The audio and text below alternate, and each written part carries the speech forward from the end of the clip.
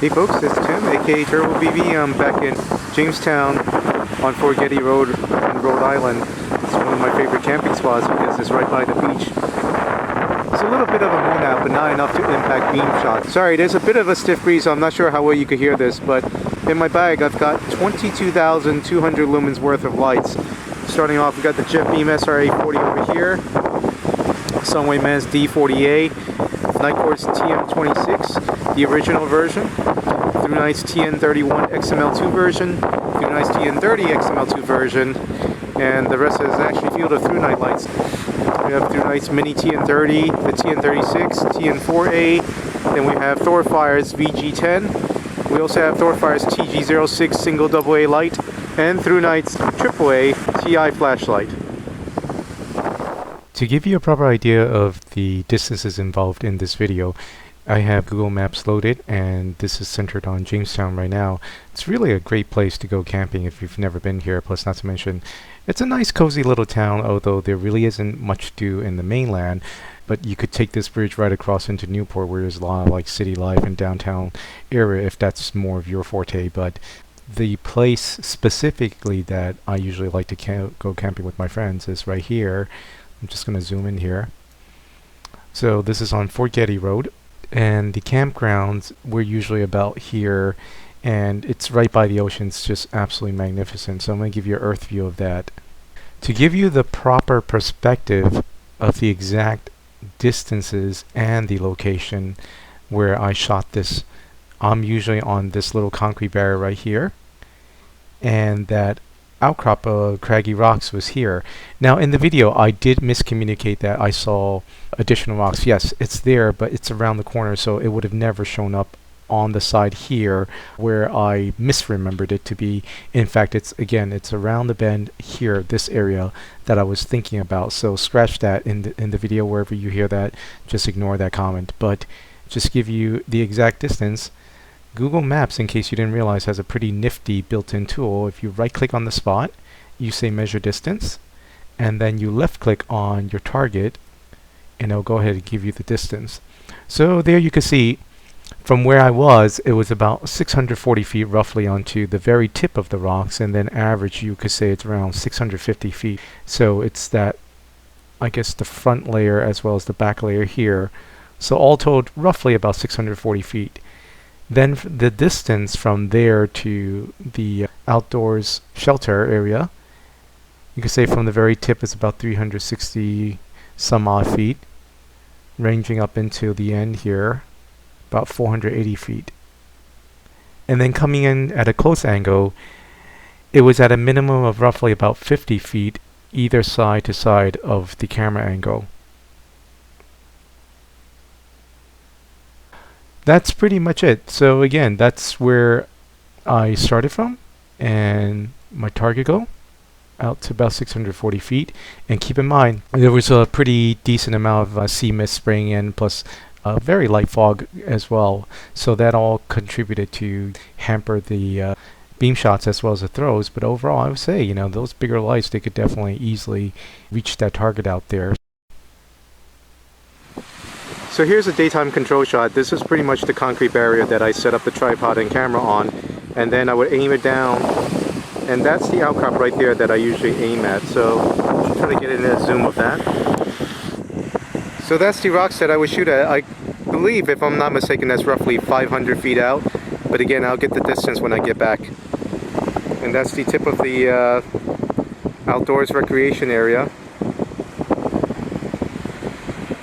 So I recorded this the day after, and maybe I remembered it incorrectly. I thought that there was another outcrop of rocks behind it. I mean, there is, but it's around the corner, so it's not that it would have been visible here. But in either case, though, as you can see, this is what I was shining at last night.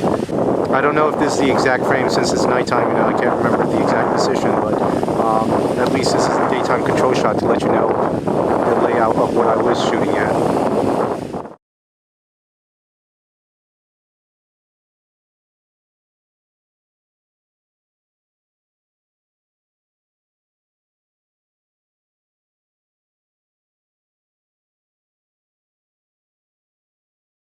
I'm going to do what I've done in years past, which is, again, to shine the light is to sweep from the right edge here. There's a bunch of outcrops like some bushes and I don't know, some foliage there. And then sweep across to the left, which is right by the beach shore. And then I'm going to aim it dead center towards a point that should be roughly about 500 feet out or so. Again, I'll get exact distances when I get back, but I'm going to put it into the caption. If I remember correctly, there's a small little, jagged rocks that is approximately 500 feet from the concrete point that I'm at right now. The reference light that I'm using right now is a Olight M18 Maverick on the highest mode. This light outputs about roughly 500 lumens. Given the interest of time, I'm only going to do the max output for each light. So, and again, it's give you an idea of how far it can throw, as well as the beam profile in terms of width, since this is a 24mm lens, so you should get a decent idea of the beam angle. So this is being recorded on a Nikon D750 with the exposure at f2.8, shutter speed 1/60th of a second, ISO 6400, and also it's locked in at 5000K. But even so, right now with the Maverick M18, this beam color is a little bit more greenish on the LCD than I'm seeing in real life. For each light, I'll just point out my perception of what I'm seeing in real life versus what I'm seeing on the LCD screen. As you can see, there's also a bit of sea mist, very light misting, unfortunately, but all lights are going to face that, so it's going to be a penalty for everyone. I figured I'll start this off with the smaller lights first. This is ThorFire's TG06. Starts off in low, then goes to high. This is running on a 14500 cell in order to make it competitive, since it was only max output between 160 to 180, again, depending on which specs you see.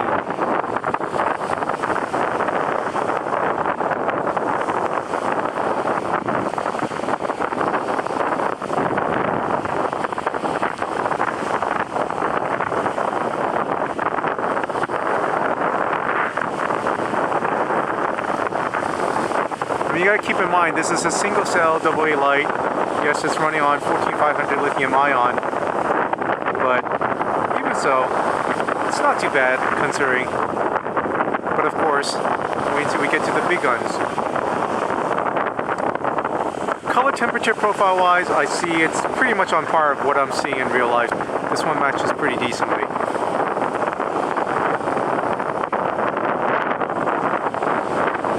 Obviously, this is not even anywhere remotely strong enough to reach the outcrop in the distance. But wait until we get to the bigger lights. Alright, next up we have ThruNite's TI Christmas Limited Edition Special. It's been a fantastic EDC. I've been carrying around for a few months now, and it just really is a great little light. Of course, it's not got too much throw. It's running on a single AAA cell. This is on nickel metal hydride right now. Its flight nature doesn't cast too far beam, but not too bad considering, if you're not doing search and rescue right now, you just need a simple little EDC, and on the highest mode it's pretty decent. Now on the screen, this is much greener than I'm seeing in real life. In real life it's not that green. It's got a more white profile to it.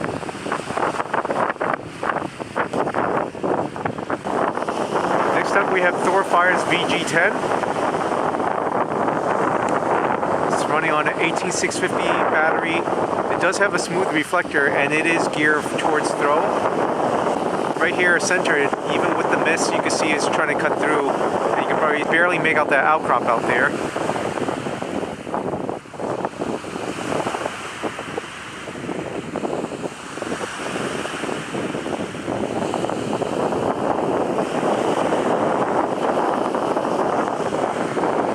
Beam profile wise, it's a little bit more greenish on the screen than I'm seeing in real life.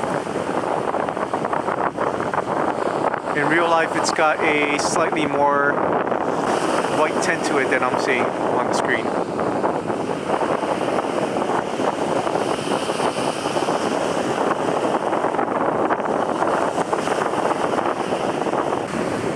Alright, next up we have ThruNite's TN4A, probably one of the first lights that could probably see reasonably well cutting into the distance now. Now we're getting into the bigger guys. So that over there you see is a newly built, well, I shouldn't say newly built, I think it's been there for a year or two now. Kind of like an outdoor, I don't know, congregation fit enough for 100, 200 gathering or so. It's got some benches and seats and whatnot in there, but that's the roof that you're seeing over there. But here at dead center, and shining in the distance, you can finally see pretty much that outcrop. Although this right here that you're seeing on the screen is a little bit closer. There's another, I think, crag or small crag out there that it's not quite hitting yet. But of the 3 4AA lights that I bought, this one has actually the floatiest profile. As you can see, it's just covering it from lens to lens. Sorry, the edge of the lens to lens. So, and again, this is on shotting. And again, this is being shot on a Tamron 2470 2.8 lens at 24mm.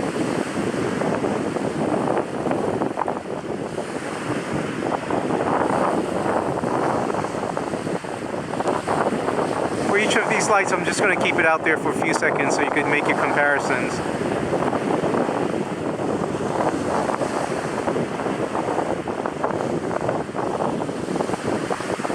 And in terms of the beam profile, the center hotspot where you're seeing that kind of like yellowish green cast, in real life it's not as yellow and green as I'm seeing on the screen, but overall beam profile is pretty accurate color-wise. Next up we have Sunwayman D40A. I would say this is kind of in between the two. If you saw my Comparo shots, indoor ones that is, between the TN4A's beam and the Jetbeam SRA40, with the SRA40 having the best throw.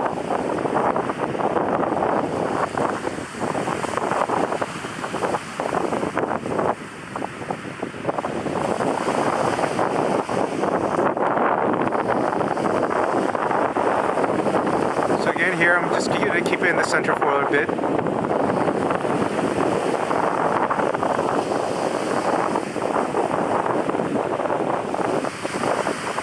It's pretty much safe to say that going forward, you know, all of the beams, the dead center hotspot is not that greenish. It's more white in real life than I'm seeing on the screen.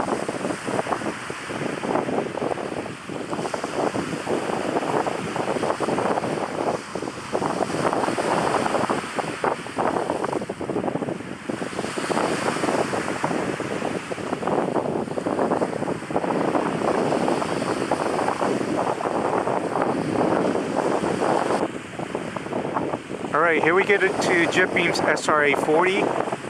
This is definitely the more, I guess, the best thrower of the 3 multi-cell AA lights that I have.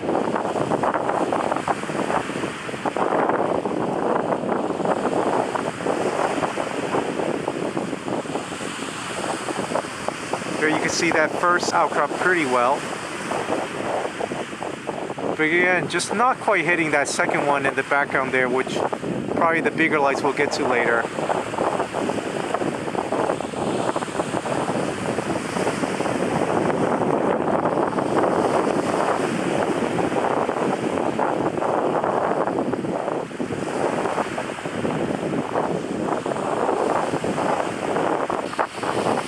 Alright, now we get to the big guns, okay? So, with the exception of the TN31, we now get into the category of multi-cell, multi-emitter lights, beginning with Nitecore's TM26.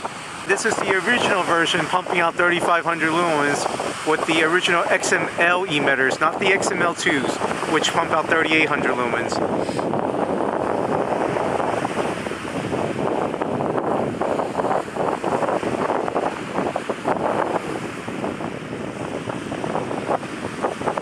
Seems like the mist has picked up a little, unfortunately, but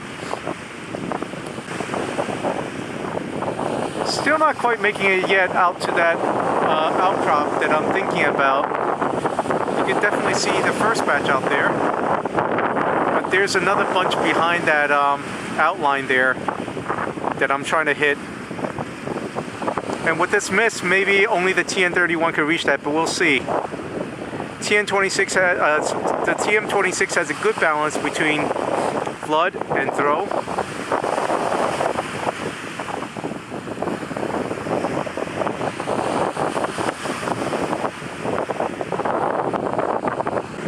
Now we have ThruNite's TN4A pumping about 3300 lumens. This is the upgraded version with 3 XML2 emitters. But my copy does not feature anti-reflective lens. However, if you have seen my AR coding video, you'll note that it doesn't really make that huge a difference. At least, not that you will perceive on video. As with likely the rest of the multi-emitter jumbo lights, it should be able to easily make it out to that first outcrop right there.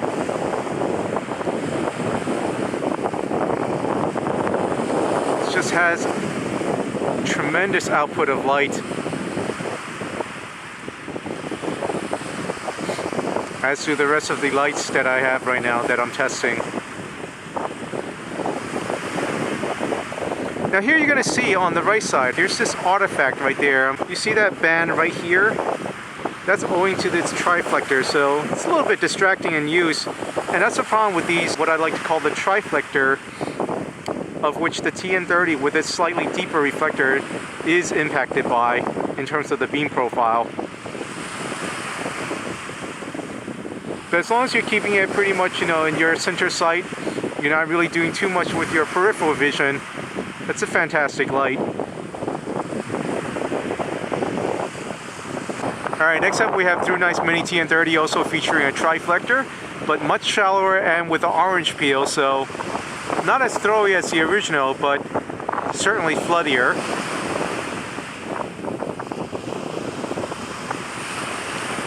Could just make it out to that first outcrop there.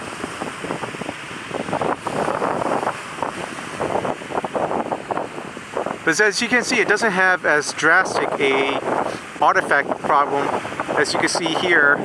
There's that duller band right here, but not as dramatic as on the original TN4A. So it doesn't really affect your profile as much. Plus, not to mention, it is a wider beam profile, so.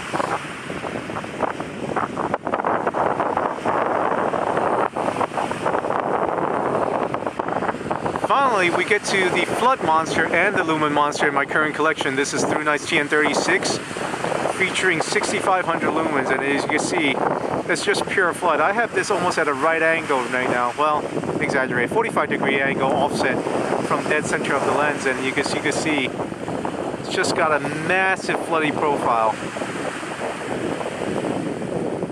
I mean, I'll just keep it dead center here, and as you can see, it just lights up the entire path of the beach. Of course, not as throwy as the other lights, but no slouch itself either.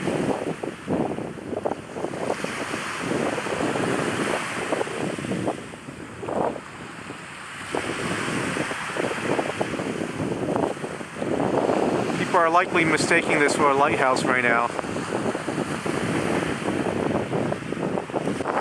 Alright, last but not least, as always, just a lot of fun with the Throw King. This is ThruNite's TN31. This is the updated XML2 emitter.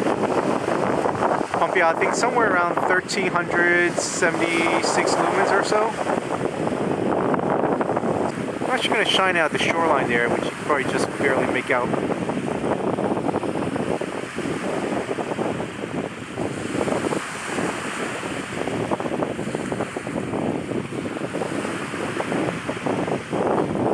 Just a thrower incarnate with that almost pencil beam, thin beam.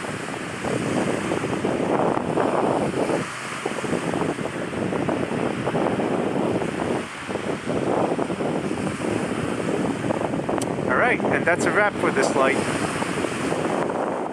As part of FTC disclosure, all of the products used in this video were provided by their respective manufacturer. You can help support more reviews like this by liking, subscribing, and sharing. Thanks so much for watching.